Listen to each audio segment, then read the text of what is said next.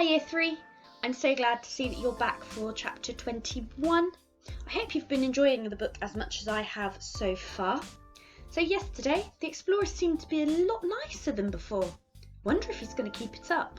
What do you think? If you have a look at the picture that I have just shown you, our chapter is called Fishing in the Dark. And if you can't tell by my face, I think that's a little bit strange. Why would you go fishing in the dark? Chapter 21, Fishing in the Dark. The explorer hadn't moved by the time the sun rose. He lay snoring where they left him, a beetle perched on his chin. Max woke up first and kicked Fred in the crotch as he scrambled to his feet. Max scratched himself all over and then went running across the stone square, shook the explorer's shoulder and sat down on top of him. The explorer startled awake. Fred flinched, remembering what the man had said about his startle reflex, but he merely looked mildly, politely appalled. "Can I eat this?" Max asked. He thrust a handful of grass into the explorer's face. The explorer shifted Max gently on the floor, sat up and began to blow on the fire. "No, you can't," he said. "You didn't even look!" "The chances that the answer is yes are so slim." He looked up. "That's poisonous." "No." "Definitely poisonous or only maybe?" "Definitely." "Oh, and this?" He held up the explorer's chin beetle, which had fallen on the ground. "You could eat that," said the explorer. He gently took the beetle from him, but the Max of 2 hours from now would not thank you. As a rule of thumb, it's best not to eat things that are still moving. "But I'm hungry." "It's only moving a tiny bit." "I would still emphatically discourage it." "What does that mean?" "It means no." "Oh." Max lay down on his back. He didn't cry, but his face looked blank and older than it should have. Quietly, under his breath, he began to sing to himself in Portuguese. Fred scraped some dew from the leaves above him and used it to clean his face. He looked over at Max, properly looked, and for the first time in days the boy was growing thin and his cheekbones stuck out under his eyes. Leela had worked hard to make him look cared for and clean, but he had a snail trail of snot across his face and green dust in his eyebrows. The explorer was also looking down at Max. His face was shaping itself into peculiar expressions. His eyes were bright and his mouth tight. Abruptly he rose to his feet. His voice was brisk, artificially, unconvincingly brisk. "What are you all sitting about for? Time is precious. Shouldn't you be preparing for your journey?" "But how exactly?" "We don't know what to do," said Con. Her voice was almost a whine. Leela shot her a look. The explorer's expression was very dry. "If you have a preference for surviving, you'll need to know how to spear fish. There have been expeditions when the men and I survived on fish for half a year." Max's face lit up. "Fish? Right now?" "Tonight. There's a small lake not far from here." "But I'm hungry now," said Max. "It needs to be dark. You can spend the day making spears." "I tried that," said Fred. He slapped away a mosquito. "But the vines I used to tie the flints on kept breaking off." "Vines?" The man looked shocked. "You don't use vines to secure a spear. That would be like using packing tape to build a steam train. Idiot boy. You use the intestines. Where are the guts from your bird?" Con pointed to the jungle, where they'd buried the intestines and other rejected bits at a safe distance. "Oh, when we did the digestive system, we looked at the intestines." "That's part of the digestive system. So they're using the intestines." "Dig them up and heat them over the fire and use them as string." He made a winding gesture as if tying a knot. "And don't bother me until then." He turned abruptly, they were getting used to it now, and strode away towards the far end of the courtyard, towards the tangle of vines that cut off the corner of the square from sight. They undug the intestines. They were not a pretty sight, and being buried hadn't improved them. Con washed them in half a coconut, and Leela and Fred began laying them out on the stones, trying to not trying not to look too hard at the semi-translucent tubes. Max tugged at Leela's ankle. "Leela, did you hear that?" "What?" The air was silent, bar the constant whir of the insects in the trees above them. Then Fred jerked his head round. It was the same roar he had heard before, choking through the air. "It's coming from there, from behind the vines," he said. "I'm going to go and see." "No," said Con. "He said, 'Don't bother me,' and I happen to think if a person wears claws for cufflinks, you should do what he says." "But what if he's being eaten?" said Fred. "Surely then it doesn't count." Leela shook her head. "I agree with Con." Con looked round in surprise. "Really?" "Whatever it is, he doesn't want us to know, and we can't afford to make him any more angry." Leela turned with unexpected firmness towards the fire. "Let's make those spears." Reluctantly, Fred sat down. The morning was a sticky one, and nobody smelt better by the end of it. The intestines weren't easy to empty, and the process of heating them over the fire to harden them felt unexpectedly medieval. "This is not how I pictured fishing," said Con. "I thought it was all old men sitting around on riverbanks telling people to be quiet, like river librarians." Fred opened his mouth to reply, but the guts dripped and spat hot fat at his teeth, so he shut it again. He wondered if his fingers would ever lose the faint scent of dead bird, but by the time the sun began to set, he had a long-handled spear with a flint glinting in the light. Leela's spear was strong and straight, but the wrapping around the flint had gone awry where Bacca had tried to get involved in the process and covered himself in grease. Con's spear was the neatest. Her hands were competent and controlled, even with the bird gut. Fred went in search of water to wash the grease off his arms. Some of the stones had hollows that collected enough rainwater to wash a small patch. He moved from stone to stone across the citadel, gradually shedding the worst of the burnt grease smell. As he came back, he heard voices. The explorer was kneeling on the ground, bent over his pith helmet. Leela crouched next to him. "You have to be gentle, with the knees and elbow joints." The explorer was speaking, his voice low. "They're still very fragile at this age." Leela nodded. "I know." She reached into the pith helmet. "I can feel it. When he moves, they're so light, like seagull bones. Make sure you check under the armpits for parasites. There."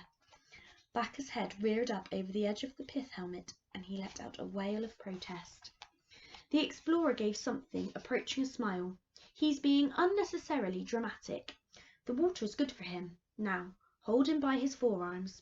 Like this." Leela lifted Bacca from his bath, dripping, his legs dangling. "Yes. Check his stomach for ticks." Leela checked, brushing her fingers over the sloth's belly, her eyes squinting with care. "There's nothing." Bacca's fur was plastered against his skull, and his eyes were wide with the affront of it.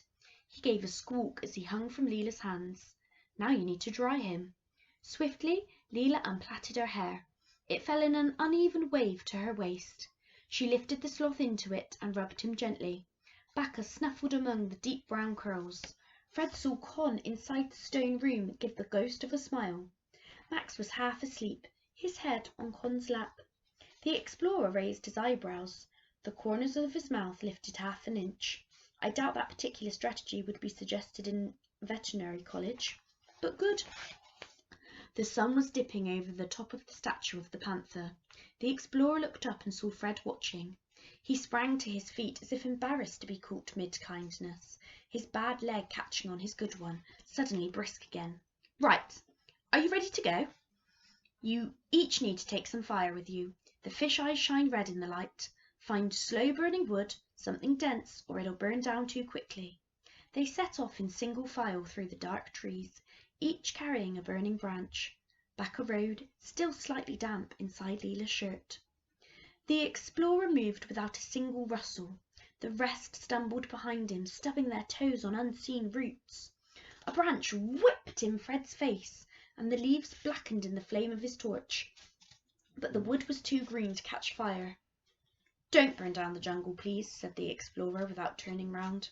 Fred found to his surprise that the dark no longer seemed threatening. It still made his skin tingle, but the pitch-black shadows under the trees no longer bit at his stomach in the same way. The change had been so slow he hadn't felt it come.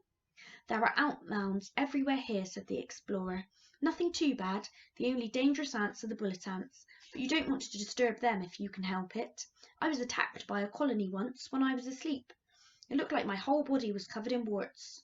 "Oh," said Leela. "Wow, quite. Not good for the morale." They went in a new direction, northwest, down a steep incline. Every time their branches burned down to their hands, they pulled new ones from the trees and lit them. Twice Fred lost his footing and slid until he came up against a tree. Max tripped, ate a mouthful of mud, and they had to pause until his screaming died down enough for him to walk on. Leela tried to comfort him. The explorer turned away and studied a dung beetle with angry intensity. The lake, when they came upon it, was larger than Fred had expected. The trees that grew all around it had spread their roots under the water. The explorer took off his shoes and waded in, knee-deep. "Come on, quickly," he said. "What are you waiting for?" Fred followed him into the water, feeling it soak his shorts and praying there was nothing in it with teeth. The lake was pure black, except where his burning torch cast a yellow light down through the water to the mud and stones of the lake bed. In the glow of the flames, pairs of red lights flitted and flashed under the surface of the water. Max laughed, delighted. "Oh, the explorer just said something had red eyes in the water. They lit up red when there was a light catching them. Can you remember what it was?" "The bigger the eyes," said the explorer, "the bigger the fish. Move slowly towards them. Hold your torch close to the surface. You lower your spear as slowly as you can into the water, and then at the last moment you jab. Jab fast. Don't jab your own feet. Now, split up."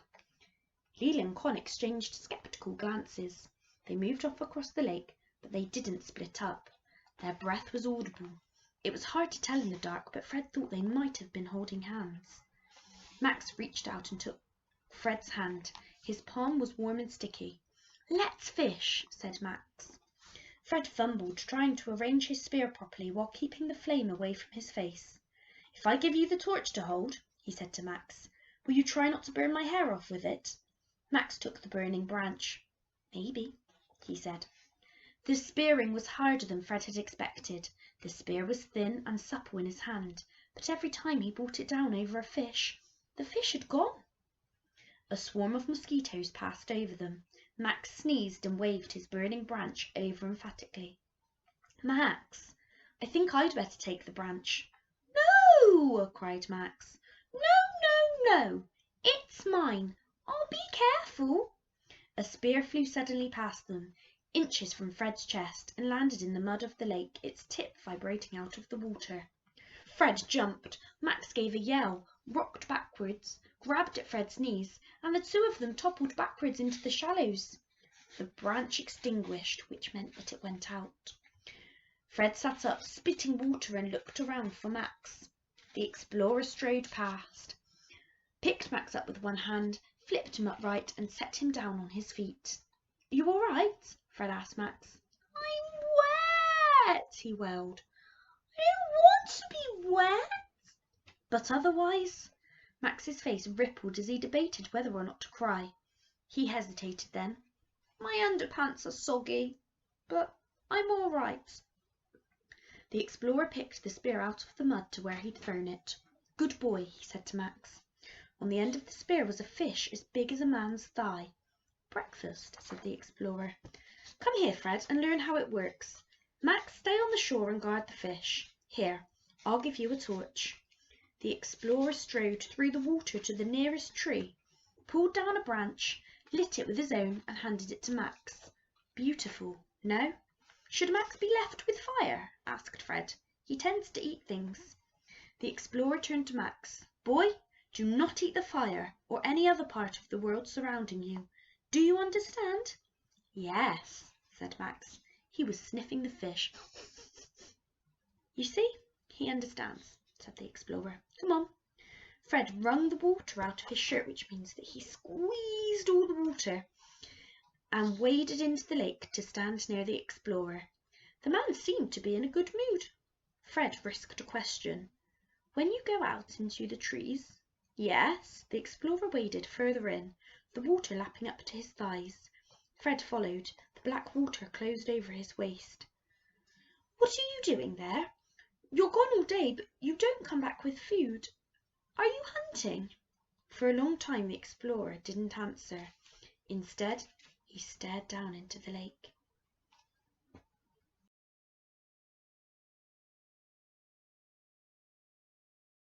He was so still that Fred wasn't sure if he was breathing. There, see? He pointed down at the murky water and the submerged roots. Fred could see nothing, only floating leaves in the moon. The explorer's arm moved so fast Fred didn't see it start or stop, but suddenly there was a long, thin fish flapping on the end of the spear. Needle jewel. Tastes like pike. Lots of bones, but delicious. He took a length of twine from his pocket. It had a thin flint, sharp as a needle, tied to the end. He threaded the fish onto the twine. You asked what I do during the days, he said. I'm fixing the thing I broke. Then he pivoted on his heel and swept the subject away with a gesture. Oh, didn't really answer the question. What is it that he's fixing? And why does he need to go away and do it? And why has he so suddenly changed the subject? Look, see how I grip it? Get the spear less than a thumb's height above the fish before you stab down. Fred stood hunched over the water. Red eyes glinted in the dark. He stabbed many rocks, some leaves and his own ankle. Then, astonishingly, he felt the tip hit a fish. The first stab hit only the tail fin, but the fish was slowed and Fred stabbed again, frantically, until he felt the flint meet flesh. I think I caught something. He held his spear up to the light. On the end something wriggled. It wasn't large, but it was indisputably a fish. Wolffish. Put it in your pocket, said the explorer. Fred checked to see if he was serious, but he didn't seem to be in a particularly jocular mood, so Fred put the fish in the pocket of his shorts. Its eyes stared up at him like a gym mistress. He waited for a moment, rinsing the fish blood off his hands before he dared try again. What are you fixing? The explorer waded deeper into the lake, up to his waist. He seemed to find it easier to speak here in the dark. I was on a mission. I was flying, looking for any sign of life below. I was circling the city, trying to work out whether there was anything to see, and my wretched engine failed. I crashed through the canopy. There was a fire, and it killed a lot of the trees and bushes. What happened to the plane? Could you salvage it? The man's eyes flicked down to the water and he stirred his spear in the weeds. Fred tried again. Is that what made the hole in the trees? In the canopy, yes, but the canopy was there for a reason. Whoever built the city had planted the trees so that their leaves interlock. You can't see the city from above.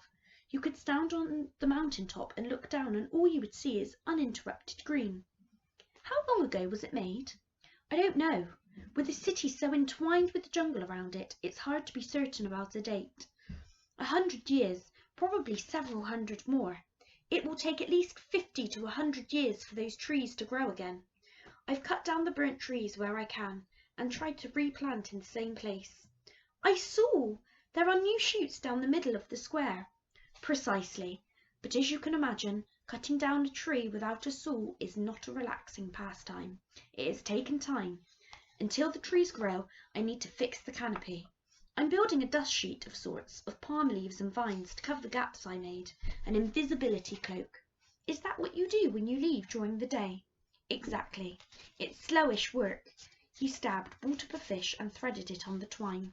The firelight cast the cuts and scars on his hands into sharp relief. I'm erecting new portions every month or so. I've fallen out of the trees more often than is ideal, but it will be a complete green roof, a living protection for the ruins. But a protection from what? From people surveying the land from the air, he said shortly. From people looking for El Dorado. From people looking to pack places like this into parcels of stone and sell them to curious ladies and gentlemen in Chelsea for the price of a bus driver's yearly wages. From people exactly like me. Why does he want to protect it from people like him? Like you? But you're saving it. No, I am undoing my own harm. But God knows what I might have done when I was younger. I was hungry to have my name in black capitals on the front page of the Times. He glanced sideways at Fred. Fred shifted uncomfortably and looked very hard at the water. The explorer stabbed again. The fish was still writhing hard, and he had to smack it against the sole of his shoe to kill it. Perhaps it was this that made him flush red in the fire's light. Europeans have said cities like this were impossible. Europeans never believed in a place like this. They believed the jungle could never have supported such numbers. They said it was too infertile and called it a counterfeit paradise. He paused, staring unseeingly at the fish on the string. The tribes the Europeans met were so small that people believed there could never have been great sweeping cities. They didn't realize the tribes they met on the river were small precisely because they were more readily found by men like me. Because European diseases were killing so many of them. Measles, influenza, God knows, I have seen enough of that. This place does not need more people like me. A deep red anger spread down his neck to his arms. Fred didn't move. He only listened, harder than he had ever listened to anything in his life. My wife was born in a village in the jungle. We were young, barely 20. She breathed the jungle, wore the jungle. She died from measles soon after our boy was born. His voice was flat. She caught it from a troop of Englishmen, amateur explorers. That means beginner explorers. And your son? What happened to your son? He would have turned 4 the week after he died. He had another illness. The explorer stared at the dark. This land could once have supported millions of lives, and one day the world will know that. The time will come, I hope, when the world values people as much as it values land. But for now, we do not need more men in pith helmets marching through the jungle towards us. So the explorer's trying to hide this amazing Amazon jungle so that other explorers don't come and ruin it. He looked back down the path they had walked. Neither the people who passed through the city nor the city itself would be safe. Fred's blood was moving faster than usual through his body. He wanted to speak, to say something that would stop the explorer from looking so fierce and so lost. But his voice wouldn't come, which is why the man stabbed again at the opaque water, but this time he missed, and there was a shake of passion in his hand. I ask again that you swear not to tell anyone about this place. I ask it with every ounce of my heart. Fred was glad it was dark, glad that he couldn't see the explorer's face, nor the explorer his. I swear I won't, he thought. How can you make someone see that you're not lying, that you mean it? So he obviously still wants to tell people, even though the explorers told him so many times not to. I'll never tell, he said louder. I swear. The explorer bowed his head. Thank you, Fred. I didn't understand before. I hadn't thought. I thought it was simple. Extraordinary things are rarely simple. But if you're right about what would happen, if you're sure, I would never dare say I was sure, but I believe I am right.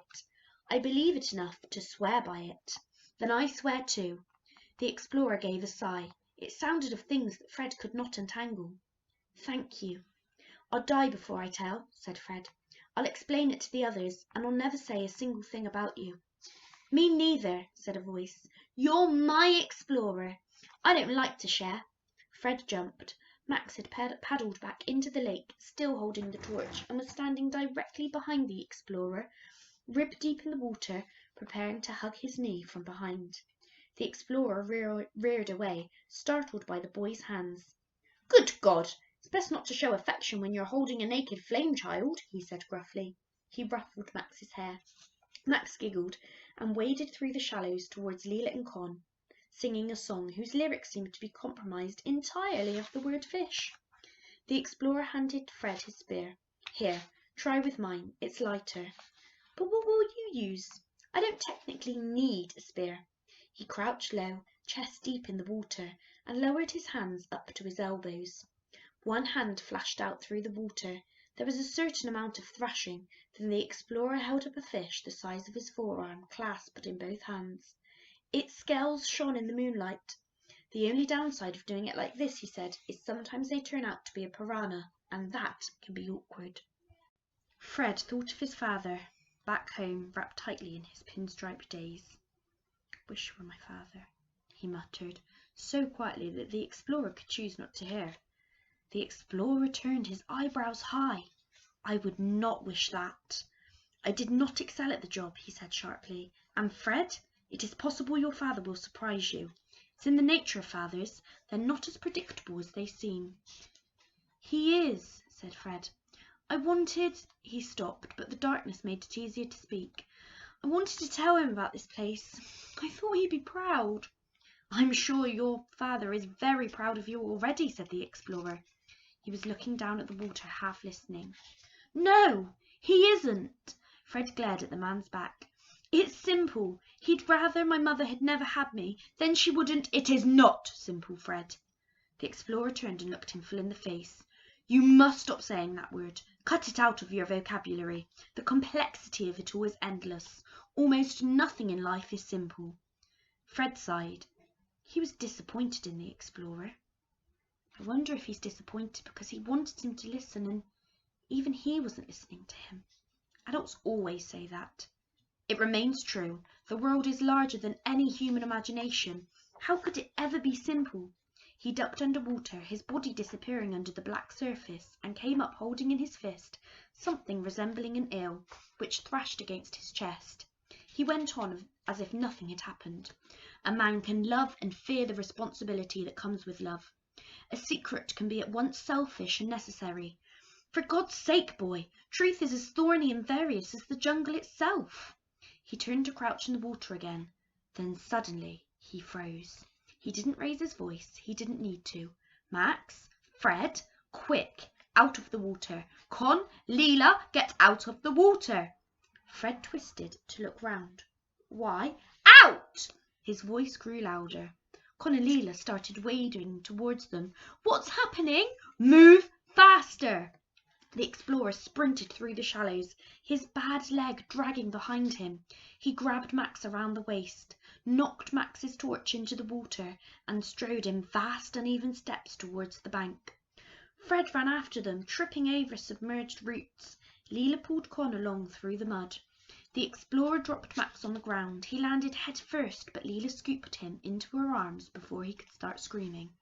The explorer turned, spear raised, to face the lake. "What's wrong? What did we do?" asked Con. "Nothing." Now that the children were out of the lake, he sounded entirely placid. "We're leaving." "What is it, though?" "See those eyes? They shine red like the fish. There, at the far side of the lake." Leela swallowed. "Is that what I think it is?" Her eyes must have been sharp. Fred could see only a flash of red and grey shape. "Caiman," said the explorer. "It's an old one, maybe 8 foot long, probably not interested in any of you, but—" He didn't finish the sentence. "Have you ever been bitten?" asked Con. "A few times.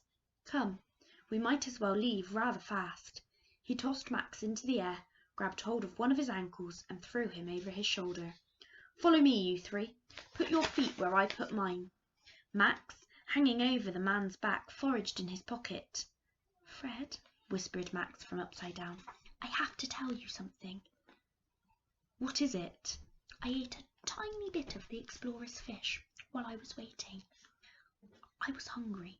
He held out the fish, which had his finger marks pressed into it. "Is that all right?"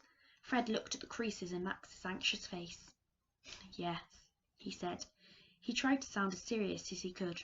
"I wouldn't do it again, but people do eat raw fish. I don't think you need to panic." "I won't die?" "No, in fact I think maybe in a very peculiar kind of way we're all safe, for now." The explorer twisted around to look at Fred, almost smacking Max's head against a tree. "Yes, you're safe," he said. "Or rather," he clarified, "you could still die out here, but if you pay attention you will be safe from a lot of things." He stopped, turning back to look at the file of children behind him. Moonlit, sweat-smeared. He shook his head. There is no way to say such things as need to be said without sounding like a cheerleader. He did not, Fred thought, look very much like a cheerleader. Cheerleaders, he believed, wore fewer animal teeth. "Do you see all this?" The explorer held his torch high, casting light on the trees and the sleeping birds. "You don't have to be in a jungle to be an explorer," he said. "Every human on this earth is an explorer. Exploring is nothing more than the paying of attention writ large. Attention. That's what the world asks of you. If you pay ferocious attention to the world, you will be as safe as it is possible to be." He glared at them each in turn. For once, Fred didn't flinch under the ferocity of his gaze. "Speaking of attention, Leela," the explorer said, "your sloth is trying to eat your hair. It will give it indigestion if it succeeds." He walked on, Max's thin ribs bouncing against his spine, carrying him home. Okay, that was a super long chapter, but I hope you're ready to come back on Monday for the next